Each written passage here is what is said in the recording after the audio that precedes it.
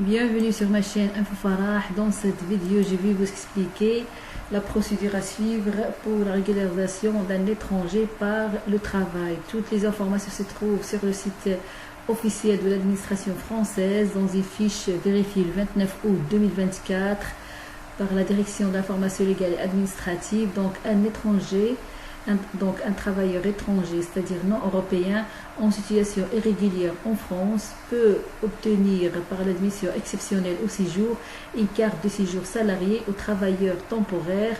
Il s'agit d'une régularisation au cas par cas. Donc l'étranger doit remplir des conditions d'ancienneté de séjour et de travail en France.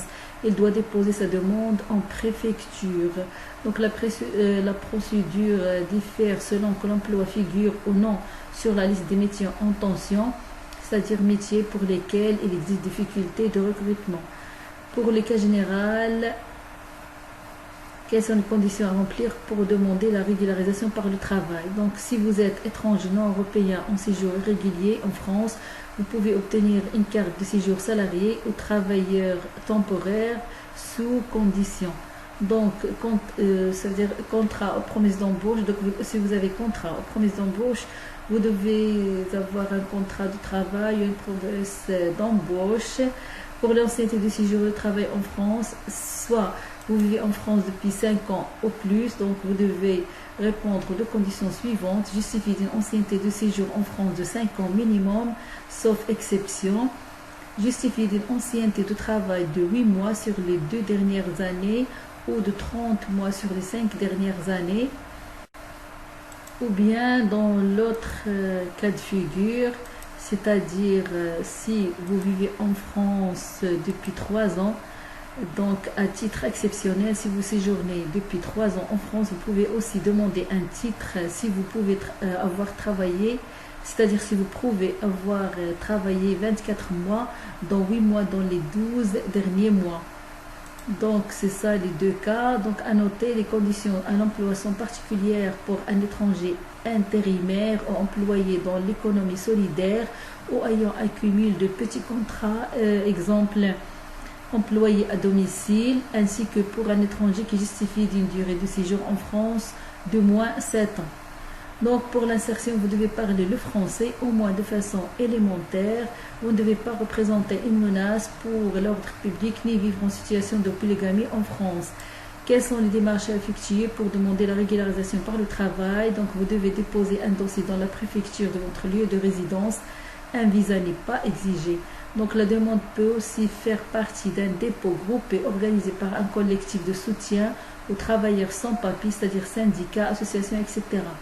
Il faut aussi copie intégrale d'acte de naissance comportant les mentions les plus récentes, accompagnées si nécessaire de la décision judiciaire ordonnant sa transcription. Il faut aussi passeport, c'est-à-dire les pages concernant l'état civil, les dates de validité, les cachets d'entrée et les visas, ou attestation consulaire avec photo, ou carte d'identité avec photo, ou carte consulaire avec photo, ou bien un certificat de nationalité de moins de 6 mois avec photo. Il faut en plus justificatif de domicile datant de moins de 6 mois, il faut 3 photos, il faut déclaration sur l'honneur de non-polygamie en France si vous êtes marié et être ressortissant d'un pays qui l'autorise. Il faut le formulaire CERFA numéro 15186 complété et signé par votre employeur, accompagné des documents demandés. Tout document justifiant votre résidence habituelle depuis votre entrée en France, c'est-à-dire avis d'imposition, attestation d'aide médicale de l'État, etc. Et il faut aussi les preuves d'exercice antérieur d'activité salariée, comme bulletin de salaire, relevé ou virement bancaire, certificat de travail, attestation France Travail, c'est-à-dire France Travail, c'est avant on l'appelait Pôle Emploi, ou bien avis d'imposition sur le revenu correspondant aux périodes de travail, par exemple. Si vous avez utilisé une autre identité pour travailler, il faut attestation de concordance d'identité établie par votre employeur. Il faut aussi justificatif de votre insertion dans la société française par attestation de cercles amicaux, adhésion à des associations, par exemple activités bénévoles ou bien participation aux activités scolaires des enfants, etc. Exemplaire signé de l'engagement à respecter les principes de la République.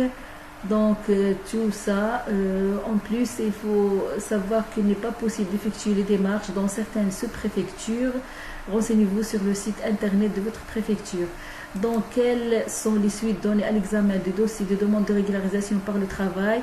Si votre demande est acceptée, vous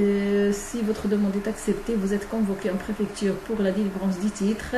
Il faut faire attention que si votre récépissé arrive à la fin de sa période de validité et que vous n'avez pas de réponse de la préfecture, il est possible que les délais de traitement soient rallongés. Dans ce cas, vous pouvez obtenir le renouvellement de votre récépissé. Il faut toujours se renseigner sur le site internet de votre préfecture. Mais dans le cas où votre demande est refusée, soit le préfet vous a notifié le refus, donc la décision du préfet vous est notifiée par lettre argumentée, décision explicite, sauf exception.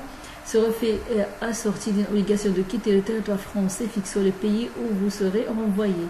Vous pouvez former un recours contentieux devant le tribunal administratif dans un délai de 48 heures, 15 jours ou 30 jours selon le type de l'ordre de quitter le territoire français. Il faut faire appel à un avocat, n'est pas obligatoire. Mais dans le cas où le refus est dans l'absence de réponse des préfets sur votre demande, donc dans ce cas aussi votre demande est refusée, mais si la préfecture n'a pas répondu au bout de 4 mois, il s'agit d'un refus implicite, donc vous pouvez alors former dans un délai de 2 mois à compter de ce refus un recours administratif, c'est-à-dire recours gracieux devant le préfet et au recours hiérarchique devant le ministre de l'Intérieur. Ou bien aussi, en plus de ça, un recours contentieux devant le tribunal administratif. Faire appel à un avocat n'est pas obligatoire dans ce cas. Donc, quel titre de séjour est délivré à l'étranger lorsque la régularisation par le travail est accordée? Donc, en cas d'accord, la préfecture vous délivre une carte de séjour qui diffère selon le type de votre contrat de travail. Si votre contrat de travail est un CDD, vous obtenez une carte de séjour travailleur temporaire valable pour la durée du contrat. Mais si le contrat de travail est un CDI, vous obtenez une carte de séjour salarié valable 1 an et renouvelable. Donc toutes les informations nécessaires, vous les trouverez dans une fiche vérifiée par l'administration française dans le site du service public, sur le site officiel de l'administration française. Et toutes les informations nécessaires, vous les trouverez sur cette fiche que je viens de dire qu'il est vérifié. Et comme je viens de lire, il est vérifié le 29 août 2024 par la Direction de l'information légale et administrative. Donc, il y a, pour les listes des métiers en tension, il y a une liste que vous pouvez consulter. Donc, je vais mettre le lien de cette fiche où vous trouvez la liste des métiers en tension. Et pour... donc, toutes les informations sont bien expliquées. Pour le justificatif de domicile qu'il faut apporter, donc soit vous êtes locataire,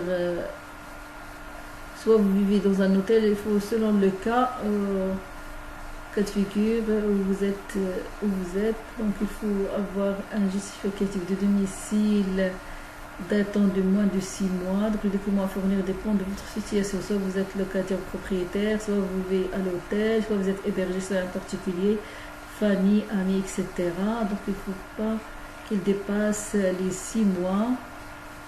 Par exemple, si vous vivez dans un hôtel, vous devez fournir les 2 documents suivants: attestation de votre hôtelier, facture de dernier mois. Mais si par exemple vous êtes hébergé chez un particulier, soit famille, soit ami, soit une autre personne, donc vous devez fournir 3 documents suivants: attestation de votre hébergement datée et signée, copie de la carte d'identité ou de la carte de séjour de l'hébergeant, justificatif de domicile au nom de l'hébergeant, c'est-à-dire soit acte de propriété ou relevé de taxes d'habitation ou copie de bail, de location ou facture d'électricité, de gaz, d'eau, de téléphone ou bien de téléphone fixe ou d'accès internet. Donc si l'adresse de sa carte nationale d'identité ou de sa carte de séjour n'est plus à jour. Et un modèle d'attestation est disponible, donc il y a un modèle d'attestation d'hébergement disponible sur cette fiche, je vais mettre le lien. Donc un justificatif de domicile sécurisé comportant un code barre de DDoC ne peut pas être refusé. Donc toutes les informations nécessaires se trouvent sur cette fiche. Et à la fin, je vous dis au revoir pour la prochaine vidéo. N'oubliez pas de la liker, de la partager. Et merci et à bientôt.